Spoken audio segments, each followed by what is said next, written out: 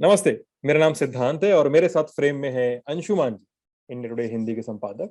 और ये है हमारा सप्ताह का सबसे चर्चित और सबसे ग्रॉसिंग, सबसे बहस तलब कार्यक्रम, अर्थात संडे के 10 बज चुके होंगे आप लोगों की घड़ियों में और अर्थात शुरू हो चुका है। अंशुमान जी कैसे हैं, क्या हाल चाल, कैसा रहा हफ्ता? मैं बिल्कुल अच्छा हूँ सिद्धांत। हफ्ता बहुत सारी खबरों से भरपूर रहा। बिजली का संकट, कोयले का संकट और कई सारी गतिविधियां जो राजनीतिक और गैर राजनीतिक क्षेत्रों में थी। लेकिन हमने इस बार समझने की कोशिश की कि आखिर सडनली मंदी से उभरती हुई दुनिया में हो क्या रहा है जिस पर हम आज चर्चा करेंगे। हाँ, तो उस पर बातचीत करेंगे। और सबसे पहले हम पिछले अर्थात का एक छोटा सा रिकैप ये है कि इंडिया का जो बॉन्ड है वो ग्लोबल बॉन्ड इंडेक्स का हिस्सा बनने जा रहा है 2022 में। चीजें बहुत स्विफ्टली और बहुत रेडिकली चेंज भी होंगी। तो उस पर जो पूरा डिस्कशन था पिछला अर्थात उस पर ही था। ये जो ललन टॉप के यूट्यूब चैनल पे जाएंगे, फेसबुक पेज पे जाएंगे तो वहाँ पर प्लेलिस्ट बनी, प्लेलिस्ट पे आप जाकर वो पिछला एपिसोड जरूर देख सकते हैं। बहुत मतलब बहस तलब बातचीत है और उस पर कुछ सवाल भी आए हैं। सवाल अंशुमान जी हम लोग आखिर में उस पर बातचीत किया जाएगा। आगे बढ़े अंशुमान जी, उसके पहले क्या है इंडिया टुडे हिंदी का अंक इस बार? इस बार का अंक सिद्धांत एक एक्सक्लूसिव स्टोरी है कि कैसे भारत हेरोइन और खासतौर से नशे के का एक बड़ा ट्रांजिट सेंटर बनता जा रहा है। हाल फिलहाल में बीच के कुछ सालों में ये असर या ये प्रभाव रुका था, लेकिन अब बड़ी तेजी से ईरान और अफगानिस्तान के रास्ते भारत के जरिए ड्रग्स का ट्रेड शुरू हो रहा है। और इसलिए भारत में ड्रग्स की हॉल हो या ड्रग्स की सेल हो, उसके ऊपर तो ये जो नशे की गिरफ्त वापस बढ़ रही है। इंडिया टुडे ने अपने अंदाज में भीतर जाकर, गहराई तक जाकर, विशेषज्ञों से बात करके जमीनी पड़ताल के साथ एक स्टोरी की है जो इस समय लोग हमारे लिए सबसे जरूरी खबर है ये जानना कि आखिर क्यों अचानक कहाँ चीजें बिखर गई और नशे की और हेरोइन की आमद बड़ी मात्रा में भारत में शुरू हो गई। ठीक है, मतलब नशे को लेकर तो बहुत समय से बहस चल रही है। अभी आर्यन खान वाला मसला तो है ही है, एनसीबी की रेड हुई है और एनसीबी खासकर सुशांत सिंह राजपूत की कथित आत्महत्या के केस से लेकर लगायत अब तक पूरा मामला जो है एकदम चर्चा में है, बनी हुई है एनसीबी इन सब मामलों के दरमियान। अंशुमान चलते हैं अर्थात पे। अर्थात का शीर्षक है इस बार सब बिन सब अधूरा। और लोगों को मतलब थोड़ा बहुत पता ही होगा कि चाइना में बहुत सारी चीजें हुई। एवरग्रांड की क्राइसिस है ये, एक बहुत बड़ी क्राइसिस जो मतलब मुहाने पर है। कभी भी वो ताश के पत्तों का महल बना हुआ है, आपको पंखा चलाने भर की देर है। उसके अलावा बहुत सारी चीजें घट रही हैं, जैसे एनर्जी क्राइसिस है, कोल क्राइसिस है। यूके में आपको देखने को मिला पेट्रोलियम प्रोडक्ट्स की क्राइसिस है, फ्यूल की क्राइसिस है। रशिया में आप बता रहे हैं मीट की क्राइसिस है। तो एक ग्लोबल आउटेज देख रहे हैं हम अंशुमान जी। ग्लोबली कई चीजों की किल्लत है। वो किल्लत कैसे आई है, क्यों आई है, उसका निवारण कितना मुमकिन है, कितने प्रयासों के बाद मुमकिन है उस पूरे आउटेज का निवारण, इस पर बातचीत करेंगे अंशुमान जी। ये सब बिन सब अधूरा है दुनिया में। जैसे ही कोविड से बाहर, मंदी से बाहर निकलना शुरू किया दुनिया के देशों ने, खासतौर पे वैक्सीनेशन की प्रक्रिया जब तेजी से बढ़ी, तो उसके बाद जब लोग वापस सामने आए बाजार में, तो उन्हें दिखाई पड़ा कि बहुत कुछ अधूरा है, बहुत कुछ नहीं है। अक्सर कुछ ऐसे सिद्धांत हैं जो समाजशास्त्र से, अर्थशास्त्र से, इतिहास में एक साथ ट्रैवल करते हैं। और उसमें अक्सर ये कहा जाता है कि न्यू मैक्सिको में अगर कोई तितली पंख फड़फड़ाए तो चाइना में तूफान आ सकता है। और ये वो थ्योरी है जिसको कि बटरफ्लाई इफेक्ट या क्योस थ्योरी कहते हैं। अच्छा। हाँ, उसकी वजह यह है कि पूरी दुनिया इतनी जटिलता से गुथी हुई है, बुनी हुई है कि एक जगह बहुत छोटी सी घटना किसी जगह जाकर बहुत बड़े असर का कारण बन सकती है। हमने कोविड वायरस के तौर पर देखा कि एक छोटा सा वायरस जो वुहान से निकला और उसने पूरी दुनिया को 2 साल के लिए बंद कर दिया। हो यह रहा है कि अमेरिका में रिटेलर्स ये घोषणा कर रहे हैं कि थैंक्सगिविंग और क्रिसमस की खरीदारी जल्दी कर लीजिए, सामान बाजार में नहीं मिलेगा। अमेरिकन के लिए ये बहुत आश्चर्यजनक बात है कि थैंक्सगिविंग और क्रिसमस के सामान की कमी होने वाली है। चीन में कोयला नहीं है, बत्ती बंद है, फैक्ट्रियां बंद हैं, इसलिए माल नहीं बन जा पा रहा है। यूरोप में गैस की कीमतें पेट्रोल की कीमत से ज्यादा तेज हो गई हैं। करीब करीब 200% के आसपास गैस की कीमत बढ़ी है। सर्दियां सर पर खड़ी हैं। यूरोप को पता नहीं है कि आने वाले समय में गैस की प्राइसेस किस लेवल तक जाएंगी। रूस में फूड की शॉर्टेजेस है, मीट नहीं अवेलेबल है, और दुनिया की बहुत सारी कार कंपनियां, इलेक्ट्रॉनिक्स कंपनियां अपना प्रोडक्शन गिरा रही हैं, अपनी प्रोडक्शन लाइंस बंद कर रही हैं। भारत में भी देखिए कार कंपनियों ने अपने प्रोडक्शन लाइन बंद करना शुरू कर दिया है। ये अब न तो दुनिया में कोई मांग का विस्फोट हो गया, क्योंकि हम तो मंदी में थे, आमतौर पर सारी चीजों का उत्पादन बंद था। अभी तो हम पेंटअप डिमांड की बात कर रहे थे, और पेंटअप डिमांड कभी भी नॉर्मल डिमांड नहीं होती। तो जो और ना ही कहीं कोई कोई बड़ा डिसरप्शन आया कोविड के अलावा बाद में, जिससे ये लगे कि कुछ ऐसी दिक्कत, तो फिर आखिर ये माजरा क्या, ये सब हो क्या रहा है। हुआ ये कि पहली बार सिद्धांत लोगों को एहसास हुआ कि हम एक बहुत ही ग्लोबलाइज्ड कनेक्टेड दुनिया में रहते हैं, जहां ये बटरफ्लाई इफेक्ट या जो केओस थ्योरी हमको हिट कर रही है। गौर से देखें तो हवा पानी के अलावा जो दूसरी चीज हमें चलाती है, जो अदृश्य है, और अक्सर ये बात कही भी जाती है कि हवा पानी के बाद जो दूसरी सबसे कीमती चीज दुनिया को चला रही है, वो अदृश्य रूप से वो सप्लाई चेन है। वो सप्लाई चेन आपके पड़ोस की दुकान, जो नीचे जहां पर आप अपना मिल्क और फूड लेने जाते हैं, वहां से लेकर वो अमेरिका के, अफ्रीका के या चाइना के किसी सुदूर इलाके तक फैली हो सकती है। आपको, हमें ये नहीं पता है कि इस समय जिस इंस्ट्रूमेंट के जरिए हम बात कर रहे हैं, उस इंस्ट्रूमेंट के भीतर कितनी बड़ी सप्लाई चेन लगी हुई है, कि उसका रेयर अर्थ चाइना से आया है, उसका चिप कहां से आया है, उसका प्लास्टिक कहां से आया है, और वो आपके पास एक जगह आकर मौजूद हो जाता है। ये इतना परतदार है और इतना कॉम्प्लेक्स है कि वो बटरफ्लाई इफेक्ट इस पे साफ दिखाई देता है। और ये इतना बहुदेशीय है, मल्टीनेशनल है, और इतना डायनेमिक और इतना ज्यादा मल्टी डायमेंशनल है कि मुझे मशहूर किताब याद आ रही है थॉमस फ्रीडमैन की, वर्ल्ड इज फ्लैट, जो करीब करीब 5-7-8 साल पहले काफी चर्चा में थी। और फ्रीडमैन ने बड़ी दिलचस्प बात कही थी। फ्रीडमैन ने कहा था कि दुनिया में कभी युद्ध नहीं होंगे, क्योंकि अगर कोई दो देश एक ही सप्लाई चेन का हिस्सा है, तो वो एक दूसरे पर हमला नहीं कर सकते। और अमेरिका और चीन के संदर्भ में, हाँ, क्योंकि आप अमेरिका और चीन के संदर्भ में आप इसे वास्तविक रूप से देख सकते हैं। अमेरिका और चीन के बीच कितना भी तनाव रहे, कितना भी टकराव रहे अंतरराष्ट्रीय मंचों पर, कितनी भी पैंतरेबाजी हो साउथ चाइना सी में या क्वाड में, पर दोनों एक ही सप्लाई चेन का हिस्सा है। अमेरिका की सप्लाई चेन का एक बड़ा हिस्सा चीन पर निर्भर है, और चीन की सप्लाई चेन का एक बड़ा हिस्सा अमेरिका पर निर्भर है। तो फ्रीडमैन ने इस थ्योरी को नाम दिया था, जिसको कि हम इकोनॉमिक्स में Dell theory of conflict prevention कहते हैं। डेल शब्द डेल कंप्यूटर से निकला है, यानी डेल का जो लैपटॉप आपके पास आता है, वो दुनिया के इतने देशों से जुड़ के आता है कि आप वो देश एक दूसरे पर इतने निर्भर हैं कि इससे कोई कॉन्फ्लिक्ट होने की गुंजाइश नहीं दिखाई देती। तो हुआ ये कि दुनिया में लगभग सभी जरूरी चीजों की, सिद्धांत सभी जरूरी चीजों की, जिसमें मैं सेमीकंडक्टर की बात कर रहा हूं, कोयले की भी बात कर रहा हूं, पेट्रोलियम की भी बात कर रहा हूं, फूड की भी बात कर रहा हूं, सभी की उत्पादन क्षमताएं पर्याप्त हैं। सभी की कैपेसिटीज कोविड से पहले बहुत अच्छी स्थिति में थी। उसके बाद भी जो धमनियां हैं पूरे विश्व व्यापार की, जिसको हम सप्लाई चेन कहते हैं, जो पाइपलाइंस हैं, उनमें उतनी चीजों की आपूर्ति नहीं है जितनी जरूरत मंदी के बाद होने वाली थी। और इसकी वजह यह है कि कोविड के रिएक्शन के कारण दुनिया के देशों को यह सोचने का मौका ही नहीं मिला कि वो दरवाजे बंद करने के बाद जब वो दरवाजे खुलेंगे तो हम कहां खड़े होंगे। जो शिप पोर्ट पर खड़े हुए थे, वो 2-2 महीने 3-3 महीने खड़े रहे। जिन कंपनियों ने कंटेनर का प्रोडक्शन शुरू किया था, वो बंद कर दिया। तो अब हम एक ऐसी महंगाई में प्रवेश कर रहे हैं, जिस महंगाई में न तो मांग है ना कोई बहुत बड़ी ग्रोथ है, लेकिन ये विशुद्ध रूप से शॉर्टेजेस से निकली हुई, कमी से निकली हुई महंगाई। और शॉर्टेजेस से निकली हुई महंगाई सिद्धांत सबसे खतरनाक होती है, क्योंकि बहुत ही लोकल होती है और बहुत ही ग्लोबल होती है। हमने अभी तक शॉर्टेजेस की महंगाई का अनुभव अपने यहाँ भारत में उस बार में क्या कि बाढ़ आ गई, सब्जी नहीं आ पा रही है, सामान नहीं आ पा रहा है, पर हम शॉर्टेजेस के एक अंतरराष्ट्रीय परिदृश्य की तरफ जा रहे हैं, जहां हर देश के हिसाब से कीमतों में बढ़ोतरी होती जाती है, और वो हमें दिखाई दे रहा है इस समय। अच्छा, यानी अंशुमान जी देखिए, मतलब टाइमलाइन बहुत सीधी सी है। 2020 में की शुरुआत में कोविड आता है, फिर हम एक ग्लोबल लॉकडाउन का हिस्सा होते हैं और एकदम ऐसे रोग से लड़ना शुरू करते हैं जिसके बारे में हमारी कोई तैयारी नहीं होती है।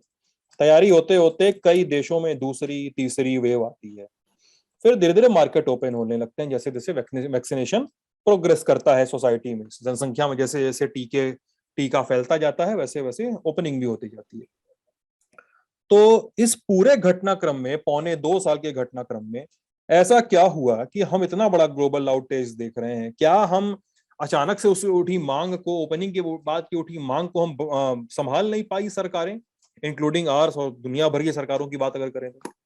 हाँ सिद्धांत, अब हम ये जो मैक्रो पिक्चर है, या जो ये जो थोड़ी सी अमूर्त चर्चा है कि ये क्या है, क्योंकि सप्लाई चेन अमूर्त है, जैसे हवा पानी अमूर्त है, प्रकृति अमूर्त है, वैसे दुनिया का सप्लाई चेन नेटवर्क भी अमूर्त है। हमें पता नहीं कि हम जिस केचप की बोतल से केचप ले रहे हैं, उस बोतल में कितने हिस्से कहां से आए हैं। तो हम इस अमूर्त बहस को थोड़ा थोड़ा मूर्त और ठोस चीजों पर लाकर देखते हैं, तब इस सवाल का जवाब मिलेगा कि अचानक हुआ क्या। विश्व की 5 बड़ी अर्थव्यवस्थाएं, अमेरिका, चीन, जर्मनी, यूके, रूस और ऑस्ट्रेलिया, ये बुरी तरह लड़खड़ा गई कोविड के बाद बाजार खुलने के बाद। अब इन सारी 5 अर्थव्यवस्थाओं की अपनी अपनी जो घरेलू आर्थिक परिस्थितियां हैं, वो एक दूसरे से बिल्कुल विभिन्न है। ऑस्ट्रेलिया सबसे रिकॉर्ड ग्रोथ के दौर में। ऑस्ट्रेलिया एक ऐसा देश है जिसने पिछले 3 दशक से मंदी नहीं देखी। कंसिस्टेंटली ऑस्ट्रेलिया में ग्रोथ है, पर ऑस्ट्रेलिया में क्राइसिस दिखाई दे रही। रशिया को एक दूसरी तरीके की दिक्कत है। अमेरिका की इकोनॉमी कोविड से रिकवर करने की कोशिश कर रही। चीन की इकोनॉमी रिकवर कर गई और उसके बाद फिर वापस, अभी आपने जिक्र किया कि रियल एस्टेट की क्राइसिस है, बैंकिंग की क्राइसिस है, प्रोडक्शन गिर रहा है, लेबर के चार्जेस ऊपर जा रहे हैं। ये 5 देश दुनिया की सप्लाई चेन के सबसे बड़े कंज्यूमर भी है और सबसे बड़े कंट्रीब्यूटर भी है। वर्ल्ड फ्लैट की थ्योरी थॉमस फ्रीडमैन की, ये सारे देश उसी सप्लाई चेन का हिस्सा है, जिस सप्लाई चेन को बेचते भी हैं और जिस सप्लाई चेन से खरीदते भी हैं। न्यू मैक्सिको की तितली वाला सिद्धांत यहां इस तरह से लागू होता है कि इनकी सबकी समस्याएं पूरी तरह स्थानीय हैं, लोकल समस्याएं हैं। अमेरिका की जो समस्या इस पर आगे जिक्र करेंगे, या चीन की जो समस्या है, जो ऑस्ट्रेलिया की समस्या है, उनकी बिल्कुल स्थानीय समस्याएं हैं। लेकिन चूंकि हम एक इंटीग्रेटेड वर्ल्ड में रह रहे हैं, तो इनकी सारी समस्याएं ग्लोबल समस्याओं में बदल गई। तो जो आप कह रहे हैं अचानक कैसे हुआ कि अचानक हम एनर्जी क्राइसिस में भी चले गए, सेमीकंडक्टर की क्राइसिस में भी चले गए, माल भाड़ों की स्थिति इतनी खराब हो गई, शिपिंग के रेट्स इतने ज्यादा बढ़ गए, गैस की प्राइसेस इतनी ज्यादा बढ़ गई, ऐसा तो नहीं ठप पड़ गया, मतलब इतना शॉर्टेज के प्रोडक्शन ठप पड़ गया बहुत सारी यूनिट्स में, फैक्ट्रियां बंद होने लगी। तो अब ये वो जो रिपल इफेक्ट या साइकिल इफेक्ट है, वो कैसे बना है। और नीचे जाएं और ठोस रूप से समझें कि ये समस्या कहां से रही। आपको आज बाजार में अगर भारत के बाजार में महंगा कंप्यूटर मिल रहा है, या मोबाइल फोन मिल रहा है, या मारुति और महिंद्रा अपने कार के प्रोडक्शन की लाइन बंद कर रही हैं, ये 4 बड़ी सप्लाई चेन टूटने का नतीजा है। और वो चारों बड़ी सप्लाई चेन टूटना हमारे लिए समझना इसलिए जरूरी है क्योंकि भारतीय उपभोक्ता बहुत प्राइस सेंसिटिव है, कीमत के प्रति बहुत संवेदनशील है। और अभी जब वापस हम त्योहारों की तरफ जा रहे हैं, तो हमारे लिए जानना जरूरी है कि हम महंगाई की तरफ जा रहे हैं, जहां ये सब चारों सप्लाई चेन्स का टूटना, जो 4 बड़ी सप्लाई चेन्स ब्रेक हुई हैं दुनिया में, उनका असर हमारे घर के बाजार पर, हमारे बाहर के गली के बाजार पर दिखाई देगा। और हमें उसके लिए अपने आप को तैयार रखना पड़ेगा। ये हमारे लिए डबल वहमी है, दूसरी मार है मंदी और बेरोजगारी के बाद की। सबसे पहले लेते हैं एनर्जी को, या ऊर्जा या ईंधन को। सबसे पहले एनर्जी को लेते हैं। इसमें ऐसा लगता है चौतरफा आग लग गई है, अचानक सब चीजें लड़खड़ा गई। हुआ ये कि कोविड से पहले जो 2020 और 21 की सर्दियां थी, उसमें यूरोप के देशों ने अपने ऊर्जा भंडारों का बड़े पैमाने पर इस्तेमाल किया था। जब हम ऊर्जा भंडारों की बात करते हैं, तो हम उन भंडारों की बात नहीं करते जो निकाले नहीं गए, बल्कि जो रिजर्व्स, स्ट्रेटेजिक रिजर्व्स रखे होते हैं देशों के पास, चाहे वो पेट्रोल के तौर पर हो, गैस के तौर पर हो। उम्मीद यह थी कि इनका जो इस्तेमाल किया, सर्दियां स्वाभाविक थी, उम्मीद यह थी कि इसके बाद प्रोडक्शन बढ़ेगा, और प्रोडक्शन बढ़ने के बाद सिद्धांत वो कैपेसिटी फिल कर ली जाएगी। इसके बाद आ गया कोविड। कोविड के कारण जितनी भी सप्लाई की व्यवस्थाएं थी, फैक्ट्रियां थी, प्रोडक्शन के वेल्स थे, उनमें सब में उत्पादन सीमित हो गया क्योंकि लोग नहीं मिले। 1 साल में यूरोप में नेचुरल गैस की कीमत 300% बढ़ गई। और ये मतलब यह अभूतपूर्व है, ऐसा कभी नहीं हुआ कि ऐसी परिस्थिति में कि नेचुरल गैस का जो स्पॉट प्राइस है वो 300% बढ़ गया। यूरोप के देशों में सिद्धांत बिजली कई देशों में 250% तक महंगी हो गई है। सरकारें बिल नहीं बढ़ा रही हैं, सब्सिडी दे रही हैं और उसकी का बोझ अपने सर पर उठा रही। भारत में पेट्रोल डीजल महंगा हो रहा है क्योंकि सरकार आपसे उस महंगाई का हिस्सा बांट रही है और महंगाई की कीमत चुकाने के लिए कह रही है। आज की परिस्थिति में जो जो आउटलुक मिलता है हमको गैस की कीमतों का अंतरराष्ट्रीय बाजार में, जिसका असर भारत के ऊपर भी पड़ा, और भारत में सीएनजी और एलएनजी महंगी हुई जो हमने देखा और उसके बाद एलपीजी महंगी हुई। यूरोप की जो कैपेसिटीज हैं सिद्धांत, वो करीब करीब 19 से 20% कम है अभी, और जितना ड्रॉ डाउन बढ़ने वाला और यूरोप में आने वाले समय में फिर सर्दियां आने वाली हैं। इसलिए एक एक एक विशियस साइकिल बन गया है एनर्जी मार्केट में, यूरोप के एनर्जी मार्केट में, जहां उत्पादन में कमी है ज्यादा डिमांड है और प्राइसेस फ्लैक्चुएट कर रहे हैं। और बाजार का एक मिजाज है कि जिस चीज की कीमतें बढ़ती हैं उसका ज्यादा स्टोर होता है, क्योंकि उसकी शॉर्टेजेस की संभावनाएं दिखाई दी जाती है। ये एनर्जी की क्राइसिस बिल्कुल लोकल यूरोपियन क्राइसिस है, इसका भारत से कोई लेना देना नहीं है। लेकिन भारत में क्राइसिस तो अच्छी लेकिन भारत में क्राइसिस हो गई, क्योंकि भारत में चूंकि अंतरराष्ट्रीय बाजार में एलएनजी के प्राइस बढ़े, नेचुरल गैस के, तो हमको ही बढ़ाने पड़े। हमारे यहाँ एलएनजी महंगी नहीं थी, हम एलएनजी इंपोर्ट नहीं करते, लेकिन हमने एलएनजी के प्राइस बढ़ा दिए क्योंकि हम अंतरराष्ट्रीय बाजार के साथ पैरिटी रखना चाहते हैं। तो भारत में आपकी गाड़ी में पड़ने वाली या टैक्सी में पड़ने वाली सीएनजी से लेके और जो फर्टिलाइजर और पावर कंपनियों को जाने वाली गैस है, वो सारी चीजें 60 से 62% महंगी होगी। अब ये है नेचुरल गैस, ये है वो बटरफ्लाई इफेक्ट जो यूरोप से भारत की तरफ ट्रैवल करता है। अब एक दूसरा सॉरी, मैं मतलब यहाँ पे आपको टोकना चाह रहा हूँ कि इंडिया में अभी जो हम अनप्रेसिडेंट कोल क्राइसिस का सामना कर रहे हैं, मतलब आरके सिंह का तो बयान इंडियन एक्सप्रेस में जो आया था, आरके सिंह ने कहा था this is far beyond normal. बोले कि उन्होंने कहा था टच एंड गो की सिचुएशन, ये टच एंड गो की सिचुएशन है, और यूजुअली 8 से 10 दिन का बफर होता है, 1-2 दिन का बफर बचा हुआ है बिजली घरों के पास जो 70% लगभग उत्पादन करते हैं। क्या ये यूरोप से आया है ये क्राइसिस, ये ग्लोबल डिमांड की वजह से है हमारे यहाँ? नहीं, अब देखिए, ये हमारी अपनी बटरफ्लाई है, ये हमारी अपनी तितली है कोयले के संकट की, जो यहाँ फड़फड़ा रही है और यहाँ संकट पैदा कर रही है। और यही वो दिलचस्पी, हमारे यहाँ कोयले की शॉर्टेज इसलिए हुई, उसकी 2 वजह थी। हमने कोविड के दौरान पावर प्रोडक्शन में कमी देखी, क्योंकि डिमांड कम हो गई थी, इंडस्ट्रीज, फैक्ट्री, सारी चीजें बंद हो गई थी, तो कोयले का प्रोडक्शन भी कम हुआ और उसकी सप्लाई भी कम हुई। रेलवे का नेटवर्क भी बाधित रहा, क्योंकि रेलवे उसको पहुंचा नहीं पाई। कोल इंडिया भारत में बढ़ती हुई मांग के हिसाब से, जो फैक्ट्रियां दोबारा खुलना शुरू हुई, बढ़ती हुई मांग के हिसाब से कोयला उत्पादन बढ़ाने में सफल नहीं हो सकी। जो आंकड़े हमारे पास झारखंड से आ रहे हैं, हम थोड़ा सा डाइवर्ट कर रहे हैं इस चर्चा को, लौट के हम चीन पर आ जाएंगे, क्योंकि चीन के कोयला संकट पे हमारे पास जो आंकड़े बीसीसीएल से या झारखंड से आ रहे हैं, जहां से सस्ता कोयला आता है, वहां 70% ट्रैक्स नहीं फिल हो पा रहे हैं, कोयला नहीं निकल पा रहा है। अच्छा, कोयले का उत्पादन तेजी से बढ़ाना संभव नहीं है। एक बार अगर कोयलेरी में प्रोडक्शन कम होता है, फिर लेबर की शॉर्टेज होती है और उसका प्रोडक्शन अप नहीं हो पाता। तो पहली वजह तो ये कि जितनी डिमांड की अपेक्षा थी, और ये प्लानिंग सरकार के स्तर से नहीं हो पाई। कोल इंडिया चूंकि भारत की बेहमोत है, विराट कंपनी है, उसके ऊपर सारा भारत का बिजली के उत्पादन का दारोमदार है, क्योंकि भारत की 70% बिजली थर्मल पावर से आती है। वो उतना उत्पादन नहीं बढ़ा पाई जितने उत्पादन की जरूरत थी। ये सवाल सरकार से पूछा जाना चाहिए कि पिछले 1 साल में भारत सरकार ने उतने भी उत्पादन के लायक कोयले का स्टॉक क्यों नहीं किया कोल इंडिया के पास, जो लॉकडाउन तो कभी ना कभी खत्म होना था और उसका उत्पादन की सप्लाई होनी थी। फिर रेलवे की हॉलेज कैपेसिटी कम हो गई, क्योंकि रेलवे जितना माल पहुंचा पाती थी या कोयला पहुंचा पाती थी, वो कैपेसिटी कम हो गई। पर इसके पीछे एक और भारत की अपनी नितांत निजी मुश्किल है, जो भारत में बिजली की कीमतें बढ़ने की भी वजह बनेगी, बढ़ भी गई है बिजली की कीमतें। हमने तो पिछले साल भी बिजली की कीमतों में भारत में बढ़ोतरी देखी है।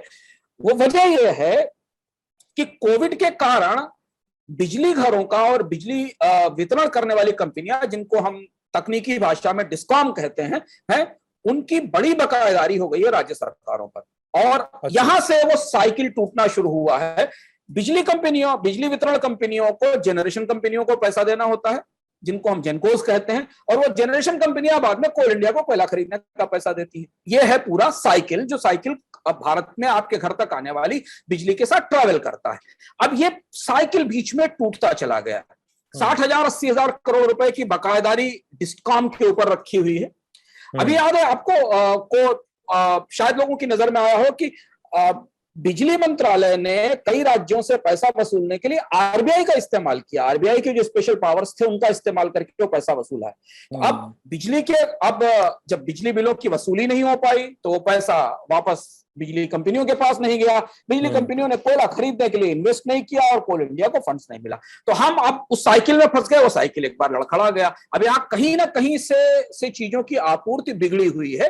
अब जब तक कोल इंडिया अपना कोयला का उत्पादन बढ़ाएगी, जब तक बिजली कंपनियां वापस उत्पादन को रैंप अप करेंगी और सप्लाई बढ़ाएंगी, इसमें एक लंबा समय लगेगा। और इसका असर कहां आएगा? इसका असर फिर वही आएगा जो हमारी खर्चा पानी की चर्चा है कि वो हमारे खर्चे पानी पर आएगा। अगले 6 महीने के भीतर आपको भारत के ज्यादातर राज्यों में बिजली की कीमतें बढ़ती हुई दिखाई देंगी, क्योंकि कोल की कॉस्ट भी बढ़ रही है और बिजली कंपनियों के घाटे भी बढ़ रहे हैं। चीन में लगभग ऐसा ही हुआ और यहाँ हम और चीन एक साथ हैं बिल्कुल। इसलिए वापस चीन पर आते हैं। चीन में कोयला का संकट क्या? चीन दुनिया का सबसे ज्यादा कोयला इस्तेमाल करता है। सबसे ज्यादा कोयला इस्तेमाल करने वाले देशों में चीन है। चीन की सरकार ने पिछले साल ऑस्ट्रेलिया से कोयले का इंपोर्ट रोक दिया था। उसके बाद बाजार में सामान्य रूप से कोयले की कीमतें बढ़ने लगी, क्योंकि जो सप्लाई ऑस्ट्रेलिया से आती थी उसका रुकने के कारण बाजार में एक सेंटिमेंट बना और कोयले की कीमतें बढ़ने लगी। चीन में भी सरकार बिजली सस्ती रखती है, बिजली की कीमत नहीं बढ़ने देती, जबकि कोयला वहां महंगा है। तो कोविड के दौरान वहां जो कोयला उत्पादन करने वाली कंपनियां और बिजली कंपनियां थी, उनका नुकसान बढ़ा तो प्रोडक्शन कम हो गया। कोयले का खनन का भारत जैसी परिस्थिति बिल्कुल दिखाई दी। अंततः अचानक आप बिजली तो पैदा नहीं कर सकते हवा में। जब प्रोडक्शन दोबारा आना शुरू हुआ और बिजली की ग्रिड पर डिमांड ज्यादा बढ़ी तो चीन की सरकार के पास और कोई रास्ता नहीं था तो शहरों में अंधेरा कर दे, बत्ती गुल कर दे, फैक्ट्रियां बंद कर दे।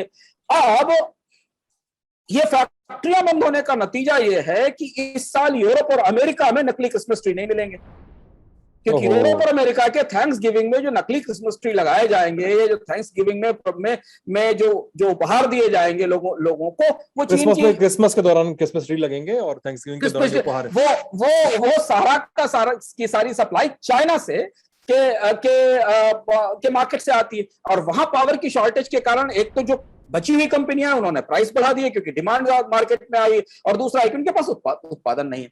अब तीसरा इसमें एक काम ओपेक ने भी अपना हाथ बीच में लगा दिया, क्योंकि जब क्राइसिस हो एनर्जी की। अच्छा, एनर्जी के मामले में दिलचस्प चीज और सिद्धार्थ की, एनर्जी कभी भी आइसोलेटेड नहीं है मार्केट।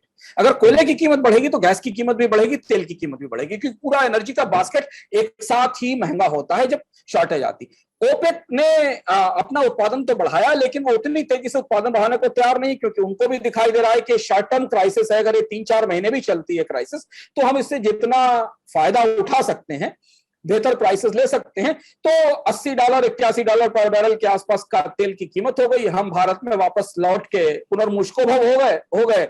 हम फिर $100 से ऊपर के पेट्रोल डीजल की तरफ आके खड़े हो गए। अच्छा अंशुमान जी, यहाँ पे ना मुझे जो आपने बताया चाइना वाला क्राइसिस, मुझे एक बहुत रोचक एग्जांपल याद आ रहा है। हम लोग सहारनपुर में थे रिसेंटली, मैं और हमारे साथी अमितेश हैं। तो सहारनपुर में गए, वहां पर लकड़ी का काम होता है ना, तो वहां पे एक लकड़ी के कारखाने में और हैप्पी थैंक्सगिविंग और हैप्पी क्रिसमस टाइप के गिफ्ट बनाए जा रहे थे। लकड़ी पे उनको उकेरा जा रहा था लेजर की मदद से। और मैंने पूछा कि ये क्या इंडिया में इतना यूज होगा, आप इतना बल्क में बना रहे हैं, हजारों हजार की संख्या में? तो बोले नहीं, ये सारा एक्सपोर्ट होगा। फिर उन्होंने बहुत रोचक बात बताई मुझे, वो फैक्ट्री के मालिक ने। उन्होंने कहा कि चाइना से प्रोडक्शन, मतलब ये 1 महीने पहले की घटना है, और हो सकता है हमारे पास खबर देर से पहुंची हो या कुछ भी हुआ हो, जो भी कर्टेन रहा हो। उन्होंने कहा कि चाइना में प्रोडक्शन जो है ना, अचानक से बहुत डिप कर गया। चाइना में प्रोडक्शन बहुत डिप कर गया है। वो गिफ्ट का सबसे बड़ा मार्केट चाइना हुआ करता था, वो डिप कर गया है। और अब हमारे ऊपर बहुत लोड आ गया है कि हम ऑर्डर की डिमांड कैसे मीट करें, और हमारे पास कैपेसिटी है नहीं। और अथॉरिटी से बात करो या इससे बात करो, उससे बात करो कि साहब एक रैंप अप करना है प्रोडक्शन, तो वो इतनी लंबी चेन बताते हैं कि उसमें अगले साल का क्रिसमस भी पता नहीं निकाल पाएंगे कि नहीं। ये चीज बिल्कुल सही है। और देखिए, भारत के सामने अपॉर्चुनिटी पर वो कैसे अपॉर्चुनिटी हम एक्सप्लॉइट नहीं कर पाएंगे, वो सप्लाई चेन का दूसरा हिस्सा, इस पर हम चर्चा करते हैं। चीन में बिजली का संकट करीब 1 महीने से शुरू हुआ, अलग अलग पॉकेट्स में, जहां जहां ग्रिड में पावर की शॉर्टेज थी, और धीमे धीमे वो एक बड़े हिस्से में फैला और उत्पादन ठप हुआ। और ये असर था कि जो बात मैं आपको बता रहा हूं कि अमेरिका के रिटेलर, यूरोप के रिटेलर बता रहे हैं लोगों को, ये उन्होंने 15 दिन 1 महीने पहले बताना शुरू कर दिया था। उसकी वजह है क्योंकि सारे ऑर्डर्स एक टाइम लैग के साथ आते हैं, 2 महीने 3 महीने के टाइम लैग के साथ आते हैं। तो उन्होंने वहां प्रचार करना शुरू कर दिया कि अपना सामान अभी खरीद लीजिए, आगे सामान नहीं मिलेगा। लेकिन क्या भारत के निर्यातक जिनसे आप मिले थे सहारनपुर में, वुड कार्विंग वालों, क्या वो अपना माल इस समय बेच पाएंगे दुनिया के बाजार में? उनकी मुश्किल एक और दूसरा संकट इंतजार कर रहा है जिसका अंदाज दुनिया को बिल्कुल नहीं था। पावर की शॉर्टेजेस का अंदाज तो लोगों को होता है क्योंकि उसका एक डेटा आपके पास है कि गैस के प्राइसेस बढ़ रहे हैं। जब महामारी से दुनिया उभरी तो उसे बिल्कुल अंदाज नहीं था कि अभी तक की सबसे कॉम्प्लेक्स, सबसे जटिल शिपिंग शॉर्टेज उनका इंतजार कर रही है। सबसे सीरियस शिपिंग और लॉजिस्टिक्स की क्राइसिस उनका इंतजार कर रही है। बीते 1 साल में क्या हुआ, अचानक कोविड को रोकने के लिए बहुत सारे देशों ने अपने बंदरगाह बंद कर दिए, शिप्स का आना रोक दिया, बहुत सारे शिप्स बाहर लंगर डाले खड़े रहे। ऐसी स्थिति में जो शिप्स का जो नॉर्मल मूवमेंट था दुनिया में, ये जो सर्किल है पूरा शिपिंग के मूवमेंट्स का, कि एक शिप चलेगा हांगकांग से, वो कुछ हिस्सा इंडिया में उतारेगा, कुछ दुबई में उतारेगा और उसके बाद स्वेज से होते हुए अटलांटिक तक जाएगा, वो पूरा शिपिंग का मूवमेंट टूट गया। शिपिंग का मूवमेंट डिस्टर्ब होने के कारण दुनिया में जो कंटेनर बनाने वाली कंपनियां हैं, उन्होंने कंटेनर के उत्पादन कम कर दिए क्योंकि कंटेनर की डिमांड एकदम क्रैश कर गई। और दिलचस्प है कि कंटेनर बनाने वाली दुनिया की 3 बड़ी कंपनियां चीन की हैं। अच्छा, 3 बड़ी कंपनियां चीन की हैं जो सबसे ज्यादा कंटेनर बनाती। उन्होंने कंटेनर का प्रोडक्शन कम कर दिया।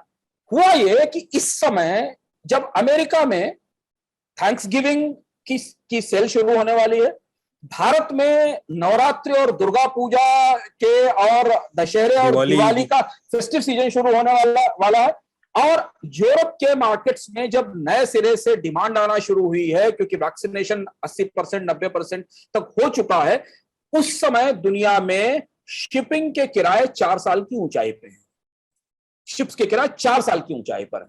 चेन्नई के एक्सपोर्टर्स, आपको शायद उन्होंने ये बताया होगा सहारनपुर के, चेन्नई के एक्सपोर्टर्स सबसे ज्यादा इस बात से परेशान है कि वो 4 गुना किराया देकर टैंकर भेजेंगे कैसे, कंटेनर भेजेंगे कैसे, और उसके बाद उनका प्रोडक्ट कितना कॉम्पिटिटिव रह जाएगा। यहां तक कि मेरी बात हुई जब एक्सपोर्टर से, बाकी लोगों से, 4 गुने किराए के बाद भी उनको कंटेनर और शिप्स में स्पेस नहीं मिल पा रहा है। और यही वजह है कि अमेरिका में क्रिसमस के गिफ्ट की कमी है। ऑस्ट्रेलिया में जहां दोबारा कंस्ट्रक्शन शुरू हो रहा है, मकानों की मांग निकल रही है क्योंकि अमेरिका ऑस्ट्रेलिया की इकोनॉमी में तेज ग्रोथ थी, लोगों के पास सरप्लस था, वहां स्टील की कमी हो गई है। और भारत के निर्यातक जिन्हें चीन में उत्पादन घटने से थोड़ी अपॉर्चुनिटी मिल सकती थी, जैसे सहारनपुर वाले आपके साथी, उनके लिए उनकी समस्या यह है कि वो इतनी महंगी शिपिंग सर्विस का, इतने महंगे शिपिंग भाड़े को कैसे झेल पाएंगे। वो ये बता रहे थे कि कंटेनर लोड करवाना और कंटेनर शिप तक पहुंचाना जो है, पहले तो बहुत सारे चैनल हेल्प करते थे और अब साहब सब कुछ अपने ऊपर आ गया है। अब कंटेनर आ ही नहीं रहा है, वो कंटेनर की इतनी किल्लत है और वहां पे इतना लंबा बैकलॉग चल रहा है कि हमें पता ही नहीं कितने दिन पे शिप कर पाएंगे। हाँ, तो ये दूसरी क्राइसिस थी। इस क्राइसिस ने कोल की सप्लाई को भी प्रभावित किया, दुनिया में बहुत सारे और सामानों की सप्लाई को प्रभावित किया। अब हम तीसरी चीज पर आते हैं जो भी बहुत बड़ी अनोखी सी संकट है। यूरोप के मध्य यूरोप और पूर्वी यूरोप में लेबर की शॉर्टेज हो गई है। लेबर की शॉर्टेज इसलिए हो गई क्योंकि बहुत सारे लोग जो वर्क फ्रॉम होम पर गए वो वापस नहीं लौट रहे हैं, कई वजहों से। अमेरिका की और यूरोप की सरकारों ने अपने यहां लोगों के जॉब प्रोटेक्ट किए, उन्हें पैसा दिया, उन्होंने कुछ खर्च नहीं किया तो उनके अकाउंट्स में सेविंग्स मौजूद है। तो वो फिलहाल 1-1.5 साल तक घरों में बंद होने के बाद काम करने के बजाय छुट्टी मनाना चाहते हैं, तो वो जॉब पर रिपोर्ट नहीं करना चाहते हैं। अब अमेरिका और यूरोप में बेरोजगारी सहायता की स्कीमें बंद होने की बात शुरू हो गई है क्योंकि जैसे जैसे इकोनॉमी खुलने लगी है, जॉब्स का नौकरियां और रोजगार वापस लौटने लगे हैं। लेकिन ये जो इमीडिएट शॉर्टेज है, इसके कारण ही ब्रिटेन में पेट्रोल मिलना बंद हो गया क्योंकि ट्रक ड्राइवर्स नहीं थे, क्योंकि जो पेट्रोल की पूरी सप्लाई थी, जो डोमेस्टिक सप्लाई थी, वो प्रभावित होने लगी। पूर्वी यूरोप में कई सारी अर्थव्यवस्थाओं में काम करने वाले लोगों की कमी है क्योंकि काम करने वाले लोग उपलब्ध नहीं है और इसलिए इमीडिएट जो सप्लाई होनी चाहिए फेस्टिव सीजन की, खासतौर से जो क्रिसमस थैंक्सगिविंग की सप्लाई, उसमें प्रभावित हो गई। अब यहां लोग चर्चा कर रहे हैं कि ब्रेक्जिट के समय ब्रिटेन ने दुनिया में इमिग्रेंट्स का आना रोक दिया था, अब आज वो महसूस कर रहा है कि बाहर से आने वाले लोग कितना जरूरी थे उनकी अर्थव्यवस्था के लिए। अब आखिरी चीज पर हम आते हैं जो जिसकी भी कमी अद्भुत है और विलक्षण है। वो है सेमीकंडक्टर और चिप, जिस पर हम लोग एक बार खर्चा पानी में विस्तार से चर्चा कर चुके थे, इसलिए। लेकिन यहाँ इसे समझना जरूरी है कि ये कहानी कोविड के साथ नहीं शुरू होती, ये कोविड से पहले की कहानी है। जैसे ईंधन की कमी की कहानी कोविड से पहले से शुरू होती है, वैसे ही सेमीकंडक्टर और चिप की शॉर्टेज की कहानी भी कोविड से पहले शुरू होती है। डोनाल्ड ट्रंप ने जिस तरह से अपने कार्यकाल के आखिरी 2 सालों में चीन के साथ ओपन ट्रेड वार शुरू किया, उससे अमेरिका और दुनिया के बहुत सारे देशों में जहां सेमीकंडक्टर के इस्तेमाल के साथ साथ ऑटोमोबाइल बनाए जाते हैं, इलेक्ट्रॉनिक्स बनाए जाते हैं, उनमें एक किस्म की घबराहट और बेचैनी फैल गई। अच्छा। उन्होंने सेमीकंडक्टर के ऑर्डर्स डबल कर दिए उसी दौरान, कि अगर मान लीजिए कहीं कोई ट्रेड वार होता है या कोई परिस्थिति बनती है तो कम से कम हमारे पास पर्याप्त स्टॉक सेमीकंडक्टर्स का होना चाहिए। तो उन्होंने डबल ऑर्डर कर दिए। इसके ये ऑर्डर डबल थे, कंपनियों ने प्रोडक्शन बढ़ाया और खासतौर से ऑटोमोबाइल कंपनियों ने काफी मंगाए सेमीकंडक्टर और चिप मंगाए, जिनको हम चिप कहते हैं। वो नया क्रूड ऑयल है जिसको कि जिसे बार बार कहा जाता है कि सेमीकंडक्टर नया क्रूड ऑयल है। उसके बाद हुआ क्या कि अचानक कोविड आ गया। कोविड आने के बाद कंपनियों ने देखा कि ऑटोमोबाइल की डिमांड तो बैठ गई, पूरी दुनिया में कारें तो बिकी नहीं, टैक्सी सर्विस बंद हो गई, बस सर्विसेज बंद हो गई, कारों का प्रोडक्शन बंद हो गया। तो जो चिप बनाने वाली कंपनियां थी, खासतौर से ताइवान की जो बड़ी कंपनियां थी, उन्होंने ये देखा कि अब डिमांड है कम्युनिकेशन इक्विपमेंट्स की, लैपटॉप्स की, मोबाइल की। तो उन्होंने अपने प्रोडक्शन प्रोफाइल में चेंज करके वो चिप्स बनाने शुरू कर दिए, उनकी कैपेसिटी बढ़ाई, जिनकी आने वाले समय में डिमांड होने वाली थी, क्योंकि किसी को ये नहीं पता था कि कब तक बाजार खुलेंगे, कब तक कोविड का वायरस असर करता रहेगा। अब जैसे ही वापस लौटा और जैसे ही वैक्सीनेशन के बाद बाजार खुलना शुरू हुए, तब चिप कंपनियों की समस्या यह है कि वो ये मैनेज नहीं कर पा रही है कि वो ऑटोमोबाइल के चिप बनाए या कम्युनिकेशन के इक्विपमेंट्स के चिप बनाए, और इसीलिए सब तरफ चिप की किल्लत है। वापस अगर हम गौर से अपने आसपास के बाजार को देखें तो हम अपने आसपास के बाजार में ये जो पूरा ग्लोबल सप्लाई चेन का डिसरप्शन है, इसका असर महंगाई के तौर पर देख रहे हैं। भारत का महंगाई आंकड़ा उसको रिफ्लेक्ट नहीं करता, क्योंकि भारत का महंगाई आंकड़ा उन चीजों को नहीं नापता है। ईंधन, लेबर, चिप और शिपिंग, ये 4 ऐसे पिलर हैं, इसके बिना दुनिया अब नहीं चल सकती। फ्यूल की कॉस्ट कम रखनी होगी, शिपिंग का फ्लो नेचुरल रखना होगा, लेबर का फ्लो बेटर रखना होगा, और सेमीकंडक्टर एक बहुत इंपॉर्टेंट कंपोनेंट है जो किसी न किसी तरह से हमारी जिंदगी को, इसके बिना हमारी जिंदगी नहीं चल सकती।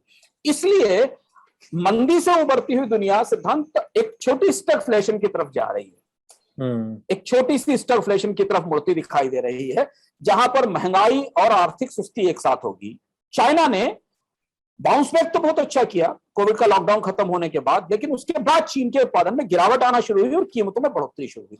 तो आप चाहे बीजिंग के मार्केट्स देखें या लंदन के मार्केट्स देखें या न्यूयॉर्क के मार्केट्स देखें या लॉस एंजल्स के मार्केट देखें या भारत के मार्केट देखें, अब सब जगह एक साथ महंगाई उभर रही है, एक साथ, और बहुत अलग अलग तरीके की जटिल कॉम्प्लेक्स महंगाई आ रही है, जो हमारे एंड कंजम्पशन को, हमारे जो आखिरी कंजम्पशन की चीजें हैं, उन्हें प्रभावित कर रही। हम भारतीय उस हाई प्रोफाइल कंज्यूमिंग साइकिल में सबसे पीछे आते हैं। हमारे लिए वो महंगाई बाद में लॉजिस्टिक्स के सहारे, पैकेजिंग मटेरियल के सहारे और रॉ मटेरियल के सहारे वो हमारे पास आती है और हमारी जिंदगी जीने की लागत बढ़ाती है। यहाँ एक और उलझन है जो जिसे अभी समझ में नहीं जिसे संभालने की कोशिश शुरू हुई है दुनिया में, कि अभी तक मंदी का एकमात्र इलाज रहा है कि आप सस्ता कर्ज देते रहिए लोगों को और वो उत्पादन बढ़ाते रहेंगे। लेकिन महंगाई हमेशा सस्ते कर्ज की दुश्मन है, क्योंकि जैसे जैसे महंगाई बढ़ती है, इंटरेस्ट रेट का पूरा स्ट्रक्चर बिगड़ जाता है, क्योंकि उसके बाद फिर कॉस्ट ऑफ फंड्स भी बढ़ना शुरू होती है।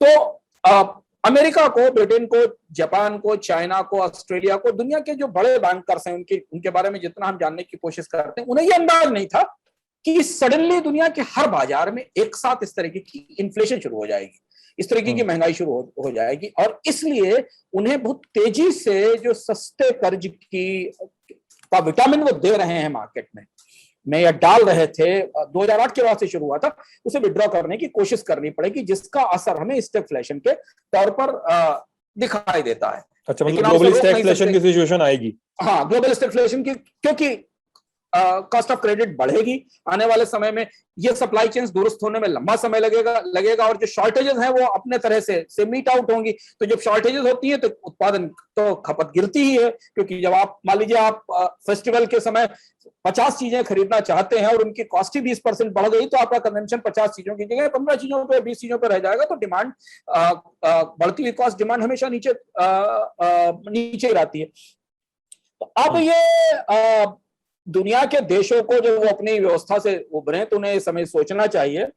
नेपोलियन की एक बहुत फेमस बात है जो अक्सर वो कहते थे कि नेपोलियन कहते थे कि जो नौसिखिए कमांडर हैं वो जंग में टैक्टिक्स की बात करते हैं, रणनीति की बात करते हैं, और जो प्रोफेशनल वॉरियर होते हैं वो लॉजिस्टिक्स की बात करते हैं। वो ये देखते हैं कि आपके साधनों की तैयारी कैसी है। अब दुनिया की अर्थव्यवस्था के पास कम से कम अगले 6 महीने तक मंदी और महंगाई दोनों से लड़ने की चुनौती है, और ये चुनौती भारतीय अर्थव्यवस्था की जो रिकवरी की प्रक्रिया है उसे और धीमा करेगी, क्योंकि हम प्राइस के हिसाब से और महंगाई के हिसाब से बहुत सेंसिटिव देश हैं। इसलिए हमारी निगाह इन चीजों पर बनी रहेगी कि ग्लोबल सप्लाई चेन्स का डिसरप्शन बढ़ता है तो भारत के बाजार पर क्या असर होगा। ठीक है, तो अंशुमान जी मतलब एक ग्लोबल क्राइसिस की चेन है, और मुझे जहां तक पूरी बातचीत सुन के लगा कि इस पूरी बातचीत में मतलब कहीं भी और स्केप नहीं है और कोई अल्टरनेटिव वे नहीं है कि रिजॉल्व किया जा सके। मिला जुला के मतलब इसको झेलना ही होगा, इस क्राइसिस और उसके साइड इफेक्ट्स को।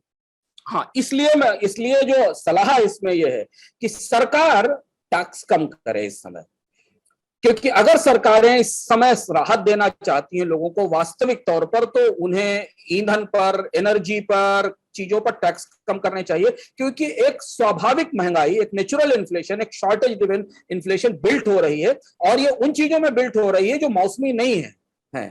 ये आटा, दाल, चावल, सब्जी, अंडा, मछली की इन्फ्लेशन नहीं है, ये सेमीकंडक्टर से ड्रिवन इन्फ्लेशन है, ये शिपिंग के भाड़े महंगे होने से आई इन्फ्लेशन है, ये गैस की कीमत बढ़ने से आई इन्फ्लेशन है। यही हमें सरकारों की जरूरत होती है जो मार्केट की वैगरीज या गुस्सा या क्रुद्ध बाजार से लोगों को बचाने का काम कर सकें, सामने खड़े होकर आए और सामने वो फायरवॉल बने हमारी और कुशन दे हमको खासतौर से उस आबादी को जहां पर सबसे बड़े पैमाने पर बेकारी पिछले 1.5-2 साल में आई, और भारत के मध्य वर्ग का एक बड़ा हिस्सा निम्न वर्ग में और निम्न मध्यम वर्ग और उससे नीचे चला गया। यहां हमें सरकारों की जरूरत पड़ती है, यहां सरकारों को खड़े होकर हमें कुशन देना चाहिए जब तक कि ये सारी सप्लाई या आपूर्तियां नॉर्मल नहीं होती। लेकिन हम वैसा देख नहीं रहे हैं, हमको बिल्कुल उसका उल्टा दिखाई दे रहा है कि जो ग्लोबल चेंज आ रहा है उस चेंज को बगैर रुके हमारी जेब पर ट्रांसफर किया जा रहा है, और इस समय हम सारे ग्लोबलाइजेशन के सारे नियमों का पूरे सिद्धांत के साथ और पूरी निष्ठा के साथ पालन कर रहे हैं, जब हमें अपने कंज्यूमर्स को सपोर्ट करना चाहिए कीमतें कम रख के। ये दुविधा और ये विसंगति है जो भारत के फाइनेंशियल मैनेजमेंट में दिखती है। अंशुमान जी, जैसा मैंने पहले ही बताया था कि ग्लोबल बॉन्ड इंडेक्स में जो भारत जा रहा है उस वाले एपिसोड पर कुछ सवाल आए हैं, और मुझे ये सवाल देखकर बड़ा मजा आ रहा है कि लोग बॉन्ड जैसे एक कॉम्प्लेक्स टॉपिक को इतनी रुचि के साथ देख रहे हैं, समझ रहे हैं, सवाल पूछ रहे हैं, इंगेज हो रहे हैं उसमें बार बार। कई लोग आते हैं इनबॉक्स में, ट्विटर पे बोलते हैं कि सर हमें ये समझ में नहीं आता था, और अब मतलब इतना कठिन लगता था कि हम लोग ये तो याद करके लिख लेंगे एग्जाम में, लेकिन अब समझ में आ रहा है, ऐसी बातें सुनने को मिलती हैं। तो सवाल प्रशांत राजपूत पूछ रहे हैं, Didn't government struggle to raise money internally with the bonds in last year? पिछले साल क्या सरकार को दिक्कत नहीं हुई थी जो इंटरनली रेज करने में मनी को? अगर ऐसा है तो what is the catch on raising the money from foreign investors? बाहर से क्यों करना चाह रही है? Will that have any impact on local buyers of bonds? ये पहली चीज तो मुझे भी बहुत सुखद आश्चर्य हुआ, क्योंकि बॉन्ड के मामले में हम थोड़ा हिचक कर बात करते हैं। खर्चा पानी के शो में भी हम लोग थोड़ा हिचक के बात करते थे और बॉन्ड पे, लेकिन मुझे मतलब और ये बताता है सिद्धांत की लोगों की फाइनेंशियल अंडरस्टैंडिंग और क्यूरियोसिटी कितनी गहरी। और मैं आप सबको धन्यवाद देता हूं कि आपने शेयर बाजार के साथ बॉन्ड समझना शुरू किया। अगर आप बॉन्ड समझेंगे तो आप देश समझेंगे, क्योंकि बॉन्ड मार्केट ही नब्ज है दुनिया की अर्थव्यवस्थाओं की। ये जो सवाल प्रशांत राजपूत आपने बताया, जी, प्रशांत राजपूत का, हाँ ये बात सही है। सरकार को पिछले साल क्या इस साल भी भारतीय बाजार से अपनी मनचाही दर पर कर्ज लेने में दिक्कत हुई। अगर आप हमें लगातार फॉलो करते रहे होंगे पिछले एक साल में, तो हम लगातार ये बताते रहे हैं कि जनवरी के बाद से कैसे कैसे बॉन्ड मार्केट ने सरकार के ट्रेजरी और बोरोइंग कार्यक्रम को बॉम्ब किया है। बॉन्ड की भाषा में उसको बॉम्ब कहते हैं। शक्तिकांत दास ने को बाकायदा ये बयान देना पड़ा कि हम बॉन्ड विजिलेंस को सेटिस्फाई करने की कोशिश करेंगे और 2 फॉर टैंगो जैसी थ्योरीज उनको लाके देना पड़ा, क्योंकि बाजार महंगाई बढ़ता देख रहा है, वो सस्ता कर्ज सरकार को देने को तैयार नहीं है। सरकार सबसे बड़ी बारोअर है, तो सरकार ही बाजार में ब्याज दर तय करती है और उसके बेस पर सारा बाजार चलता है। लेकिन पहली बार कोविड के बाद भारत के बॉन्ड बाजार ने, और जब हम बॉन्ड बाजार की बात करते हैं तो हमें ये नहीं समझना चाहिए कोई दूसरी एंटिटी है, वही बैंक है सरकार के, वही सरकारी कंपनियां हैं, वही एजेंसियां हैं, लेकिन जब वो बॉन्ड मार्केट में सरकार से डील कर रही होती है तो उनका तरीका बिल्कुल दूसरा होता है, भले ही सरकार उसमें हिस्सेदार हो। और यही कैपिटल मार्केट की या मनी मार्केट की ट्रांसपेरेंसी का हिस्सा है। तो उन्होंने वो बॉन्ड खरीदने से मना कर दिया, उन्हें ज्यादा ब्याज दर चाहिए थी और इसलिए रिजर्व बैंक को अपने पास से बॉन्ड खरीदना शुरू करना पड़ा, जिसका जिक्र पिछली बार अपने इसमें चर्चा में किया था रिजर्व बैंक ने। अब 2 वजह से यह काम किया जा रहा है। एक वजह तो यह है कि सरकार ये चाहती है कि उसके जो कर्ज का कार्यक्रम है वो थोड़ा डाइवर्सिफाई हो जाए, क्योंकि सारा का सारा 90% 95% कर्ज भारतीय बैंकों के सर पे जाता है। उन्हें अपनी जो SLR रिक्वायरमेंट है, यानी जितना जमा डिपॉजिट को हमारे आपसे बटोरते हैं, उसका एक बड़ा हिस्सा उन्हें सरकार के बॉन्ड्स में रखना पड़ता है। अब इस परिस्थिति में अगर दुनिया में सस्ती पूंजी उपलब्ध है 1%, 2%, 3% पर, तो विदेश के निवेशकों के लिए बहुत अच्छा है कि वो भारत आए और 4%, 5% का आर्बिट्राज लें। भाई 2% पर अगर 1% पर आपको यूरोप में पैसा मिल रहा है और भारत में सरकार का बॉन्ड आपको 6.5% का इंटरेस्ट दे रहा है तो वो फायदा आपके लिए है। तो एक तो यह कि सरकार उसे डाइवर्सिफाई करना चाहती है और जिससे भारतीय बैंकों पर निर्भरता कम हो। और दूसरी जो महत्वपूर्ण बात जो इस सवाल में बिटवीन द लाइंस में छिपी हुई है कि सरकार को समझ में आ गया है कि अगर हम बैंकों का प्राइवेटाइजेशन करेंगे, निजीकरण करेंगे, तो एक सीमा के बाद हम उन्हें अपने बॉन्ड खरीदने के लिए बाध्य भी नहीं कर पाएंगे। वो बात सुनना बंद कर देंगे बैंक। एक सीमा के हद से अगर बाजार में महंगाई की संभावना है और 7%, 8% की महंगाई दर है, तो कौन सा बैंक अपना नुकसान करके सरकार का बॉन्ड 5%, 6% में खरीदने को तैयार होगा, 6-7% में? तो यह भी एक वजह है। इसलिए सरकार को बाजार में चीप फंड्स की सप्लाई चाहिए, ऐसे फंड्स की जो सस्ते हैं, जो दुनिया से आ रहे हैं। और इसका जो लाभ होगा, जो मैंने पिछली बार चर्चा में कहा था, इसका लाभ होगा कि भारतीय बाजार में पूंजी की आपूर्ति बढ़ेगी बाहर से और उससे ब्याज दरें कम रखने में मदद मिलेगी। सरकार कहेगी कि ठीक है, अगर आप नहीं ले रहे हो तो हमारे पास एक फॉरेन इन्वेस्टर खड़ा हुआ है। बट भारतीय बैंकों की समस्या क्या है सिद्धांत, कि भारतीय बैंक तो आप उसके पास केवल उतना ही मार्जिन है जितना वो आपके FD के रेट पे देता है और उसके बाद ऊपर देता है, तो उसके बैंक के मार्जिन लिमिटेड है। जबकि विदेशी निवेशक 0% पे, 0.5% पे, 1.5% पे पैसा उठा रहे हैं, तो वो भारतीय बाजार में आएंगे। इसलिए ये ट्रांसफॉर्मेशनल मूवमेंट है भारत के पूरे मॉनेटरी सिस्टम के लिए। अगला सवाल अंशुमान जी, अगला सवाल भी प्रशांत जी ने ही पूछा है।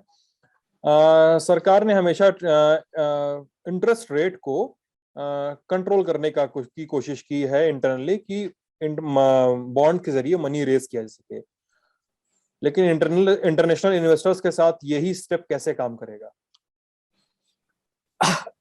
उस स्टेप से बाहर निकलने की कोशिश है और ये सही सलाह सरकार को RBI की तरफ से या बाकी जगह से दी गई कि अब आप मार्केट में जब आप बैंकों का प्राइवेटाइजेशन कर रहे हैं, LIC का प्राइवेटाइजेशन कर रहे हैं, जो बड़े बायर हैं, भाई भारत में सरकार के बॉन्ड हमने पिछले बार बताया था, आधे से ज्यादा बॉन्ड बैंक खरीदते हैं, LIC खरीदती है, इंश्योरेंस कंपनियां खरीदती हैं।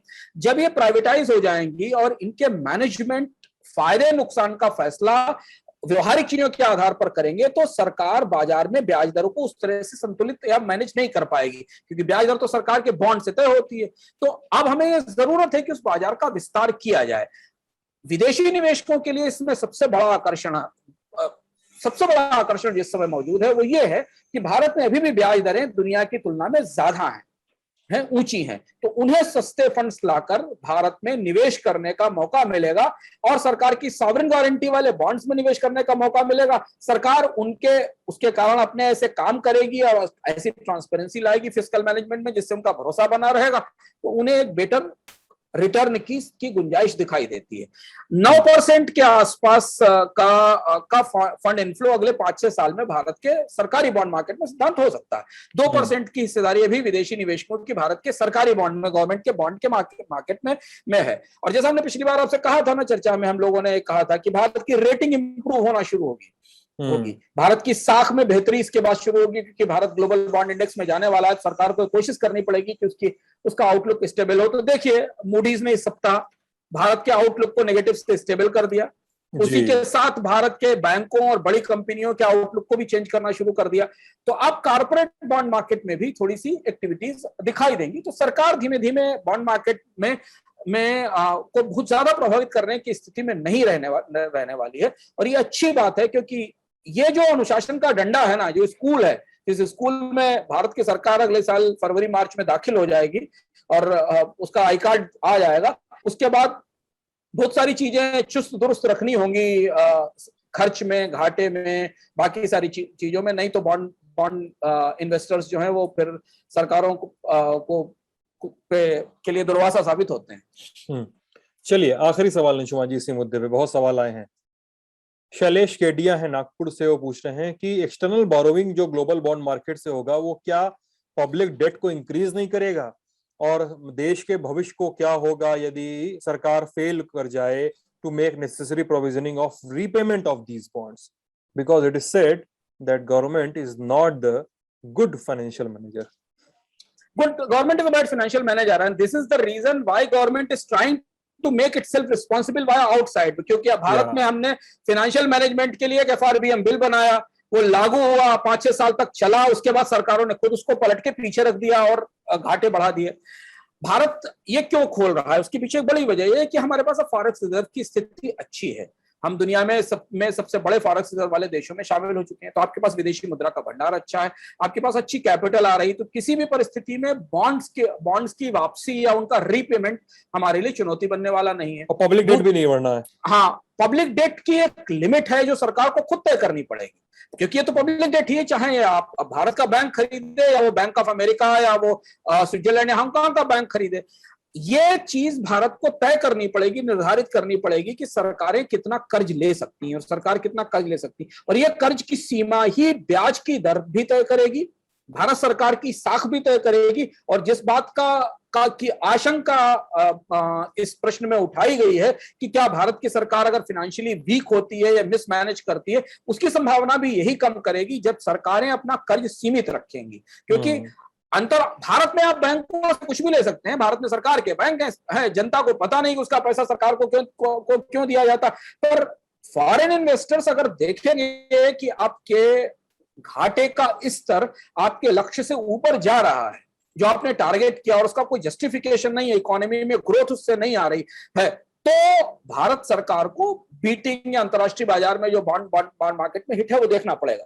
तो ये इस तरीके का इलाज था। एक था कि आप स्वाध्याय से पढ़ लीजिए, आप अपनी सेहत को ठीक कर लीजिए, भाई दौड़ना शुरू करिए, बैठे रहते हैं, मोटे हो गए हैं, चर्बी चढ़ गई है, बीपी है, हाइपर टेंशन है, दौड़ना शुरू करिए। डॉक्टरों की नहीं मानी, अपने आप खुद नहीं किया तो अस्पताल में भर्ती हुए, इलाज कराएंगे। तो हमारी सरकारें फूल के इतनी मोटी हो चुकी है कि उनका इलाज शायद इस मार्केट के खुलने से कुछ हद तक हो, और कुछ हद तक वो सरकारें चुस्त और दुरुस्त ढंग से, अनुशासित ढंग से काम कर सके, इस बात की संभावना बनती दिखाई दे रही है।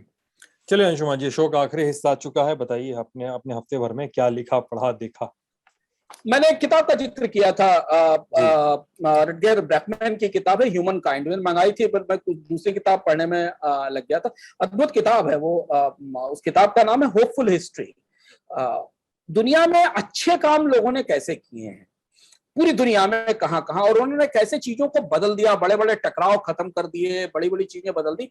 इस पर ये बहुत अच्छी और दिलचस्प किताब है। मुझे लगता है कि एक अच्छी रीड है, क्योंकि हम आज तक भारत के दुनिया के इतिहास को युद्धों से, संघर्षों से षड्यंत्रों से पढ़ते हैं, पर ये रटगर ब्रैकमैन की किताब जो है वो एक अच्छी एक positive history of human kind लाती थी। इसको मैं पढ़ रहा हूँ, इसमें कई दिलचस्प किस्से हैं, शायद अगली बार मैं उन किस्सों को सुना पाऊं।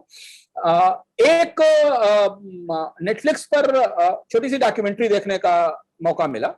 अच्छा। वो डॉक्यूमेंट्री बहुत ही दिलचस्प और मुझे किसी ने बताई थी, कोई हमारे मित्र थे जिनेवा में, उन्होंने बताई थी। उस डॉक्यूमेंट्री का नाम है ई टीम। ये ET. Global human rights, E team, E team, E for elephant, E team. ये ग्लोबल ह्यूमन राइट्स वॉच के लोग पत्रकारों से ज्यादा गहरा जोखिम लेकर दुनिया के उन इलाकों में जाते हैं जहां ह्यूमन राइट्स का वायलेशन हो रहा है, सीरिया में, कोसोवो में, अफगानिस्तान में, और वहां से वो ग्राउंड पर जो विक्टिम्स हैं उनसे बात करके रिपोर्ट्स जुटाते हैं, और वो रिपोर्ट जुटाकर फिर उसके बाद अपनी रिपोर्ट जारी करते हैं। और उन रिपोर्ट्स का असर ये हुआ कि अमेरिका और यूनाइटेड नेशंस को ह्यूमन राइट्स वॉच की रिपोर्ट को कॉग्निजेंस में लेना पड़ा और फैसला लेना पड़ा। तो ये सब कैसे हुआ? सीरिया में जो असद ने हमला किया था केमिकल वेपन्स का, उसको कोई दुनिया के टीवी चैनल नहीं, ह्यूमन राइट्स वॉच ने पहले बताया था कि ऐसा हो सकता है, वहां जाकर देखा था। तो उनकी लाइफ क्या है, उनके जो इन्वेस्टिगेटर हैं, जो उनके रिसर्चर हैं, उनकी लाइफ किसी भी जर्नलिस्ट से ज्यादा रोमांचक, ज्यादा एडवेंचरस है। तो वो दिलचस्प सी डॉक्यूमेंट्री है देखने वाली, कि वो कैसे बॉम्बिंग के बीच में, शेलिंग के बीच में ऐसी जगह जाकर वो उन विक्टिम से बात करते हैं, उनसे रिकॉर्ड करते हैं, और फिर उसे ले जाके दुनिया के सामने रखते हैं। यानी वो जो अंधेरा पक्ष है सरकारों का तानाशाहों का उत्पीड़न का, उसे बाहर लाने के लिए, तो वो ये डॉक्यूमेंट्री मैंने देखी। अच्छा, स्क्विड गेम नहीं देखे? स्क्विड गेम के बारे में सुना बहुत कुछ है, लेकिन मैं समय मिलता तो मैं देखूंगा। लेकिन हाँ, कोरियन कंटेंट बहुत अच्छा है। कोरियन कंटेंट, कोरिया ने अपने कंटेंट क्रिएशन में, अपने इमेजिनेशन में कई सारे दुनिया के देशों को पीछे छोड़ा है।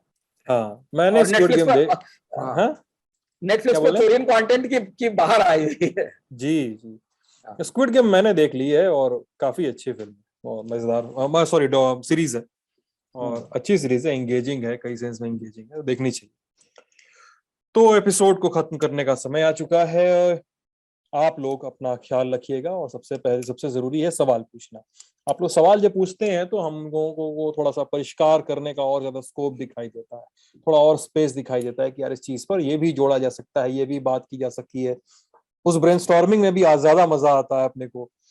तो सवाल पूछिए, सुझाव दीजिए अपने, और कुछ शिकायत हो तो वो भी कह सकते हैं। अपना बहुत सारा ख्याल रखिएगा। ललन टॉप देखते रहिएगा। शुक्रिया, धन्यवाद।